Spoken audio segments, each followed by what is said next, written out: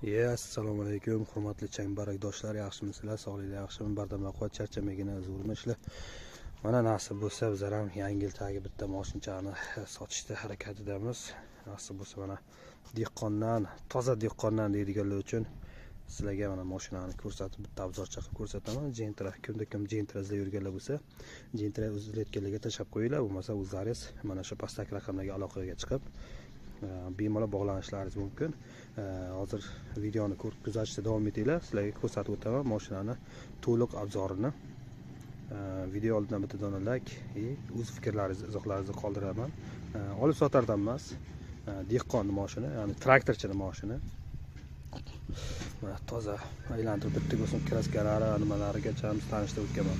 Xo'sh, avtomobilimizga archa balolar taqilgan, normal sostoyaniyada, yaxshi holatda turibdi. Ko'rib turganlaringizdek holatchalari zo'r. Böyle orqalari ustalik metan tiqilgan ichiga. Yevro motorlarni ko'rsataman, ichkarilarini bitta ko'rsataman, sayyohat qildirib. Mana yiliga kelayotgan bo'lsa, birdan yo'l-yo'lakay aytib ketaman. 14 yil, mana 14. Hozir pultlarni ko'rib turibsizlar. Dehqonning mashinadan. Mana changligidan bilsa bo'ladimi? Tamom minadi. Va ko'rpachalardan bilsanglar bo'ladi dehqonning mashinani. Yo bismillah qana. Mana o'zini kalom magnitofonlari, holatchalari ozgina faqat ximchistga qilib mehrchani berib yuborish kerak. Mashina uncha bir qiynalib, bir azob yeb nima qilmagan. Azob chekmagan. Yurgan kilometrini mana ko'rayotgan bo'lsanglar, 2 kurukdan ziyod yurib bo'lgan. Ko'rdingizlar, rullari ham mana o'zini rullaridan ajoyib. Ikkinchi pozitsiya ko'rib turibsizlar. Avtomobilimizda orqalar tonirovka, hamma mashinada o'zi tonirovka bor, o'g'aylar. Bu tonirovka oz gap emas.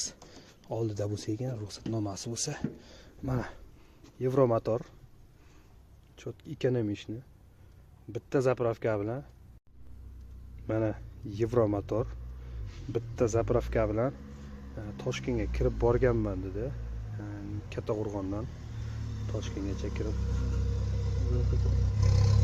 borgan holatchalari. Kraskasiga keladigan bo'lsa, kraska toza, faqat krel almashgan, tamom.